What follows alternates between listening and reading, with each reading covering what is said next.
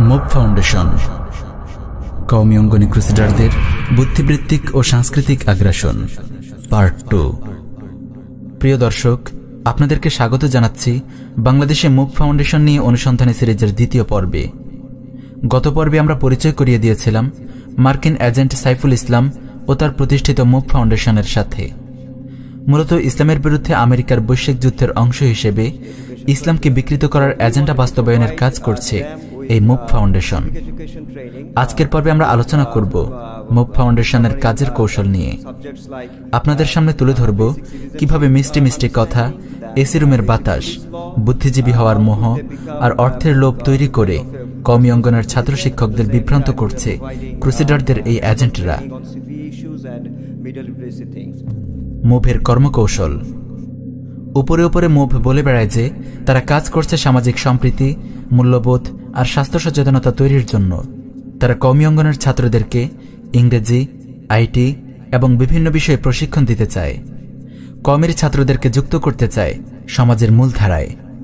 Move ফাউন্ডেশনের মিষ্টি বলি আসলে বিষ মাখানো, আর সেই বিষের বাস্তবতা আজ আমরা আপনাদের সামনে স্পষ্ট করে তুলে ধরব। ওয়ামা তাওফিকি ইল্লা বিল্লাহ। কওমি অঙ্গনে মুভের আসল এজেন্ডা কি সেটা প্রথমে শোনা যাক মুভের প্রতিষ্ঠাতা সাইফুল হকের কাছ থেকেই। বিলিয়ন অ্যাক্টস নামের একটি সাইটে মুভ ফাউন্ডেশনের ব্যাপারে সাইফুল হক নিজে লিখেছে, রক্ষণশীল কওমি মাদ্রাসার ছাত্রদের কাছে পৌঁছাতে মুভ ফাউন্ডেশন অগ্রণী ভূমিকা পালন করছে। ধর্মীয় বিশ্বাসের ওপর ভিত্তি করে গড়ে ওঠা এই অনিয়ন্ত্রিত শিক্ষা ব্যবস্থার আধুনিকায়নের জন্য অভ্যন্তরীণ সমর্থন তৈরি করছে মুভ ফাউন্ডেশন। অর্থাৎ ছেলে ভুলানো বুলির আড়ালে মুভ ফাউন্ডেশনের উদ্দেশ্য হল মাদ্রাসাগুলোর আধুনিকায়ন করা, ইলম চর্চার এই দুর্গে পশ্চিমা আদর্শের ভাইরাস ঢুকিয়ে দেওয়া। এটা আমাদের কথা না, মুভ ফাউন্ডেশনের প্রতিষ্ঠাতা নিজেই এই কথা বলেছে। কেউ হয়তো এখন প্রশ্ন করতে পারেন, আধুনিকায়ন কথাটা তো ব্যাখ্যা সাপেক্ষ।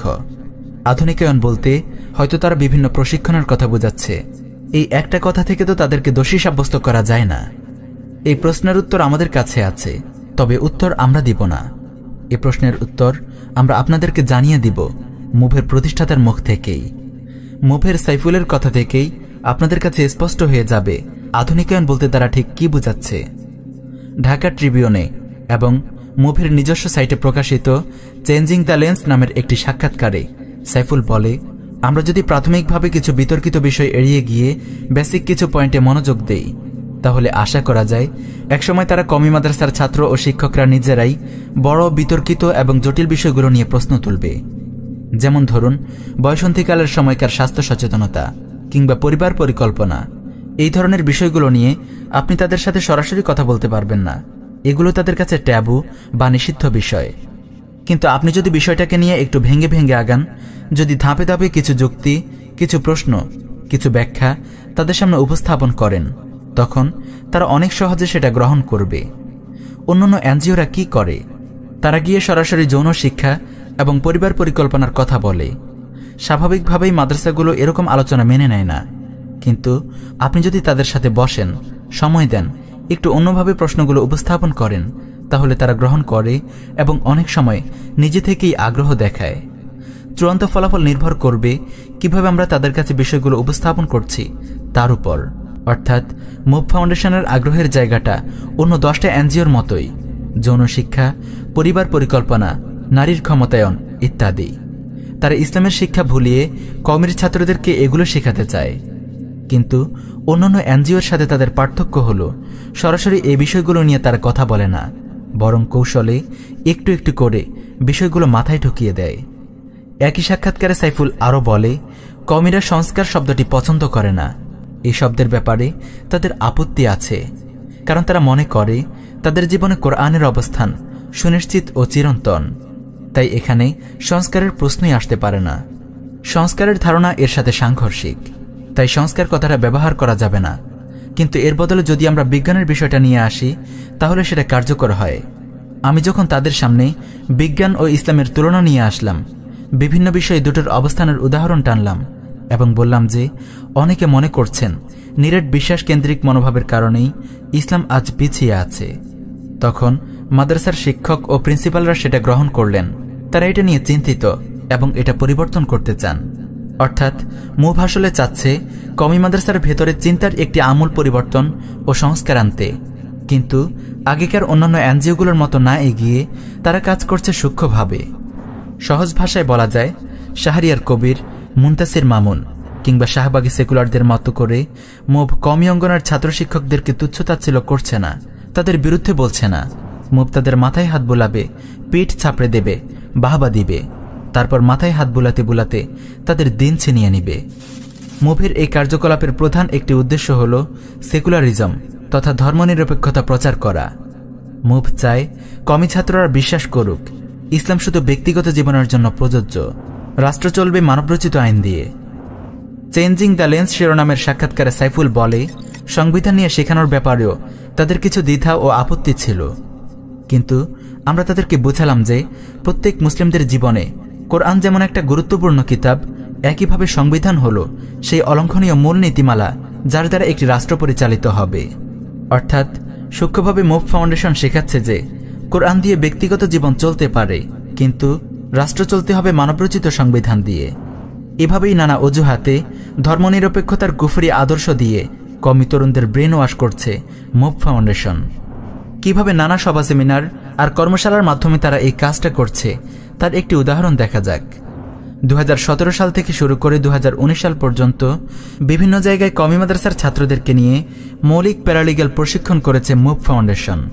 তাদের সাথে আয়োজক হিসেবে কাজ করেছে কানাডার সরকার, দূতাবাস এবং ব্রাক ইউনিভার্সিটির centre for peace and justice. Paralegal প্রশিক্ষণের অর্থ হল বিচার ব্যবস্থা, আইনি প্রক্রিয়া, সংবিধান ইত্যাদি সম্পর্কে মৌলিক ও প্রাথমিক ধারণা দেওয়া। কিন্তু আপাত নির্দোষ এই কর্মসূচির পেছনে মূল উদ্দেশ্য ছিল কওমি মাদ্রাসার ছাত্রদের মাঝে ধর্মনিরপেক্ষতার বীজ বপন করা। এ কথার স্বীকারোক্তি দিয়েছে মুভের প্রতিষ্ঠাতা সাইফুল নিজেই। 2019-এ ভারতে হয়ে যাওয়া একটি কনফারেন্সে সাইফুল বলে, we take them for a week-long extensive paralegal training so that they can learn more about the legal aspects, and the basic premise for that was, since you know that among the couple of the Muslims there is understanding that Quran is the only constitution that we should follow, but when we started sharing the idea that you need the country need a constitution which actually works as a kind of administrative guideline to run the country, then we thought that this could be the first alternative narrative for the religious or those students who are kind of bit regimental to the new idea. So when we started this thing, we also faced some sort of backlash from them. অর্থাৎ প্রশিক্ষণের নামে move আসলে সেকুলারিজমের দীক্ষা দিচ্ছে। তারা ছাত্রদের মাথায় ঢুকাতে চাচ্ছে যে কোরআন ও শরিয়াহ নয়, বরং দেশ চালাতে হবে মানবরচিত সংবিধান দিয়ে। যেহেতু এটা সরাসরি বললে কওমির ছাত্ররা গ্রহণ করবে না, তাই এই বিষয়গুলো তারা শেখাচ্ছে আইনি প্রশিক্ষণ দেওয়ার নাম করে। কিন্তু এর পেছনে মূল উদ্দেশ্য কি সেটা সাইফুলের কথা থেকেই স্পষ্ট। শরিয়াহ দিয়ে শাসন করতে হবে, এই বিশ্বাসকে ভেঙে ফেলতে হবে, সংবিধানের ওপর ঈমান আনা শেখাতে হবে। অর্থাৎ আপাত নির্দোষ এসব কাজের মাধ্যমে মুভ আসলে ঈমান বিধ্বংসী আকীদা কওমি অঙ্গনে ঢুকিয়ে দিচ্ছে। ভারতীয় হওয়া সেই একই কনফারেন্সে সাইফুল বলে, মুসলিম মৌলভীদের উস্কানিমূলক যে বয়ান সেটাকে চ্যালেঞ্জ করতে হবে। কেন মুসলিম মৌলভীরা সবসময় ইসলামকে শ্রেষ্ঠ ধর্ম, প্রধান ধর্ম হিসেবে উপস্থাপন করতে চায়? তাদের মধ্যে এক ধরনের ধর্মীয় শ্রেষ্ঠত্ববোধ কাজ করে। তারা এই শ্রেষ্ঠত্ববোধ বজায় রাখতে চায়। আমাদেরকে চিন্তা করতে হবে কিভাবে আমরা এই শ্রেষ্ঠত্ববোধের ধারণা সরিয়ে দিয়ে সেখানে একটা মানবতাবাদী বয়ান আনতে পারি। আমরা বনাম তারা, মুসলিম বনাম কাফের মনোভাবের বদলে মানবতাবাদী মনোভাব আনতে পারি। Conversation. The last point is we have to challenge the insightful narratives of the religious clerics, like why especially the Muslim clerics, why they always try to define their religion as a kind of the main religion or the sort of the religious supremacy that they want to maintain. So how can we reduce that narrative to a kind of humanitarian narrative rather than making it a us versus them conversation. So I think যদি move ফাউন্ডেশনের কর্মকাণ্ডের ব্যাপারে কোনো ধরনের সংশয় কারো থেকে থাকে, তাহলে উপরের কথার পর তা পুরোপুরি দূর হয়ে যাবার কথা। ইসলাম শ্রেষ্ঠ ধর্ম, একমাত্র সঠিক ধর্ম, এমন কথা বলা মুভের মতো উস্কানিমূলক কাজ, এবং মুভের লক্ষ্য হল কওমি ছাত্রদেরকে এমনভাবে ব্রেন ওয়াশ করা যাতে করে তারা বিশ্বাস করতে শিখে ইসলাম অন্য 10টা ধর্মের মতো আরও একটা ধর্ম কেবল। নিশ্চিতভাবেই কোনো মুসলিম একথা বলতে পারে না এবং একথা বিশ্বাস করতে পারে না। তাওহীদুল হাকিমিyyah, আল ওয়ালা ওয়াল বারা, জিহাদ ফি সাবিলিল্লাহ এবং ইসলামের প্রকৃত বুঝকে বিকৃত করার পাশাপাশি কওমিদের মধ্যে কৌশলে সকল ধর্ম সমান হবার ধারণাও প্রচার করছে মুভ। ইসলামের উপরে মানবতাবাদের ধর্মনিরপেক্ষ আদর্শকে স্থান দিতে শেখাচ্ছে মুভ ফাউন্ডেশন। এই কাজে তারা সফলও হয়েছে। 2016 সালের 27 আগস্টে অনুষ্ঠিত workshop on tolerance, respect and পিসের উপর নির্মিত ভিডিওতে দেখা যায় মাদানীনগর মাদ্রাসার সাবেক ছাত্র, বর্তমানে মুভের গুরুত্বপূর্ণ সমন্বয়ক মঞ্জুরুল হক বলছে, আমাদের সবচেয়ে বড় পরিচয় হওয়া উচিত আমরা মানুষ। মুসলিম পরিচয় দেওয়ার চেয়ে মানুষ পরিচয় দিলেই ভালো। তাহলে সারা পৃথিবীর 600 কিংবা 700 কোটি মানুষকে আমরা একসাথে পাই। এ বিষয়ে একটি প্রবন্ধও লিখে কওমি অঙ্গনে মুভের সবচেয়ে সক্রিয় এজেন্ট হিসেবে কাজ করে যাওয়া এই মঞ্জুরুল হক মুভ ফাউন্ডেশনের সাইটে প্রকাশিত ধর্ম নাকি মানবতা আগুনের এপিটোপিট শিরোনামের এই প্রবন্ধে মঞ্জুরুল লিখেছে, ধর্ম বড় নাকি মানবতা? এই প্রসঙ্গে আমার স্পষ্ট বক্তব্য হল, ধর্মের চাইতে মানবতাই বড়। এক্ষেত্রে সাধারণ যুক্তি হল, আগে মানুষ এসেছে, তারপর তাকে বিধান দেওয়া হয়েছে, আগেই বিধান নাজিল করে রাখা হয়নি। আর গভীর কথাটা হলো, আমি যদি নিজেকে মুসলিম বলি তাহলে হয়তো আমি পৃথিবীর 150 কোটি মানুষকে সাথে পাব, কিন্তু আমি যদি বলি আমি মানুষ তাহলে বিশ্বের 700 কোটি মানুষ বা পৃথিবীর তাবৎ জনগোষ্ঠীর কথাই আমার বলা হবে। অর্থাৎ মুভের বিশেষ এজেন্ট মঞ্জুরুল বলছে, তাওহীদ ও রিসালাত নয়, কোরআন এবং সুন্নাহ নয়, মূল মানদণ্ড হল মানবতা। মানবতার মাপকাঠি দিয়ে মাপতে হবে কোরআন এবং সুন্নাহকে। কোরআন ও সুন্নাহর যে ব্যাখ্যা মানবতার পশ্চিমা ব্যাখ্যার সাথে সাংঘর্ষিক হবে সেটা ছড়ে ফেলতে হবে, আর যেটুকু মানুষের বানানো মানবতার সংজ্ঞার সাথে মিলবে সেটুকু রাখা যাবে। প্রিয় দর্শক, একজন মানুষ যখন এটুকু মেনে নেবে তখন তাকে ইসলাম থেকে বের করে নেওয়া খুব সহজ হয়ে যাবে। মানবতা তো সমকামী অধিকারের কথা বলে, তাহলে ইসলাম কেন এর বিরুদ্ধে বলে? মানবতা তো ব্যক্তি স্বাধীনতার কথা বলে, তাহলে ইসলাম কেন ব্যভিচারের জন্য রজমের বিধান দেয়? মানবতা তো চিন্তার স্বাধীনতার কথা বলে, ইসলাম কেন বিধান দেয় মুরতাদ হত্যার? মানবতা তো সব ক্ষেত্রে নারী ও পুরুষকে সমানভাবে ভাবতে শেখায়, ইসলাম কেন উত্তরাধিকারের ক্ষেত্রে পার্থক্য করে? মানবতা তো বলে সবার উপর মানুষ সত্য, তাহলে সূরা আরাফে আল্লাহ কেন কাফিরদেরকে চতুষ্পদ জন্তুর চেয়েও নিকৃষ্ট বললেন? মানবতা তো বলে ধর্মের জন্য যুদ্ধ করা যাবে না, তাহলে আল্লাহ কেন বললেন ওয়াকাতিলুহুম হাত্তা লা তাকুনা ফিতনাহ ওয়া ইয়াকুনা আদ-দীনু কুল্লুহু লিল্লাহ? এসব প্রশ্নের উত্তরে মুভ মঞ্জুরুলরা কি বলবে? পশ্চিমাদের ঠুনকো মানবতার বুলির সাথে যখন ইসলামের সংঘর্ষ দেখা দিবে তখন তারা কোনটাকে বেছে নেবে, মানবতা নাকি দ্বীন ইসলাম? এর উত্তর স্পষ্ট, তারা পশ্চিমা মানবতার আদর্শকে বেছে নেবে। এই শিক্ষাই যে মুভ তাদেরকে দিয়েছে। গত 5 বছরে এভাবে কওমি অঙ্গনের ভেতর বানানো হয়েছে মুভ মঞ্জুরুলের মতো আরো অনেক গাদ্দার, এমন আরো অনেক মুভ এজেন্ট। ইংলিশ, আইটি, পুষ্টি, মিডিয়া, প্যারালিগেল ইত্যাদি নানা প্রশিক্ষণের নামে মুভ তাদেরকে শিখিয়েছে গণতন্ত্র, সেকুলারিজম, বহুত্ববাদ আর কুফরের প্রতি সহনশীলতা। মুভ তাদেরকে দিয়েছে আল্লাহর নাজিলকৃত শরিয়ার বদলে মানবরচিত সংবিধান মেনে চলার সবক।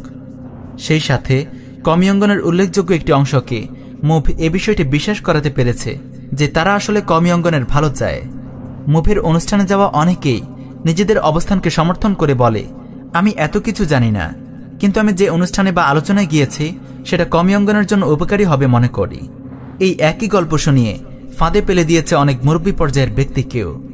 এসব বলে শুনিয়ে অনেকেই গলে গেছেন, মনে করছেন বাহ, মুভ তো আমাদের ভালোর জন্যই কাজ করছে। কিন্তু তারা ভেবে দেখছেন না কেন হঠাৎ করে কানাডা, জার্মানি, নেদারল্যান্ড এবং আমেরিকা মুভের মতো এনজিওকে কওমিদের ইংলিশ ও আইটি শেখানোর জন্য টাকা দেয়া শুরু করল।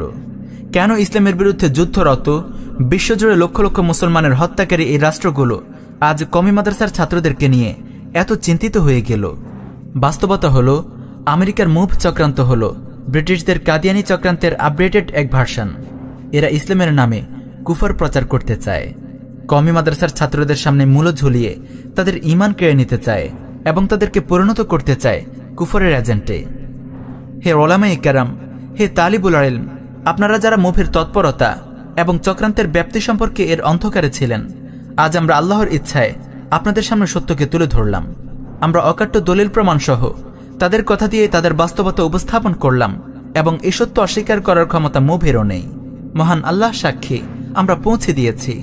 হে ওলামায়ে কেরাম, হে তালিবুল ইলম, আপনারাও সাক্ষী, আমরা পৌঁছে দিয়েছি। অজ্ঞতার অজুহাতের কোনো সুযোগ আর নেই। আপনারা কি মুভ ফাউন্ডেশনের এই চক্রান্তের ব্যাপারে চুপ থাকবেন? আপনারা কি আমেরিকান সাইফুলদেরকে নির্বিঘ্নে কাজ চালিয়ে যেতে দেবেন? আপনারা কি মুভ মঞ্জুরুলদের মতো এজেন্টদেরকে গোপনে গোপনে নেটওয়ার্ক গড়ে তুলতে দেবেন? নাকি দ্বীন ইসলামের সংরক্ষণের যে মহান দায়িত্ব আপনাদের উপর ন্যস্ত হয়েছে তা পালন করবেন? হে ওলামায়ে কেরাম, হে তালিবুল ইলম, উম্মাহ আপনাদের দিকে তাকিয়ে আছে আর প্রশ্ন করছে, আপনাদের মধ্যে এমন কেউ কি আছে যে ইমামুল আসর আনোয়ার শাহ কাশ্মীর রহমাউল্লাহের রেখে যাওয়া মশাল হাতে তুলে নেবে? মহান আল্লাহ সাক্ষী থাকুন, আমরা পৌঁছে দিয়েছি।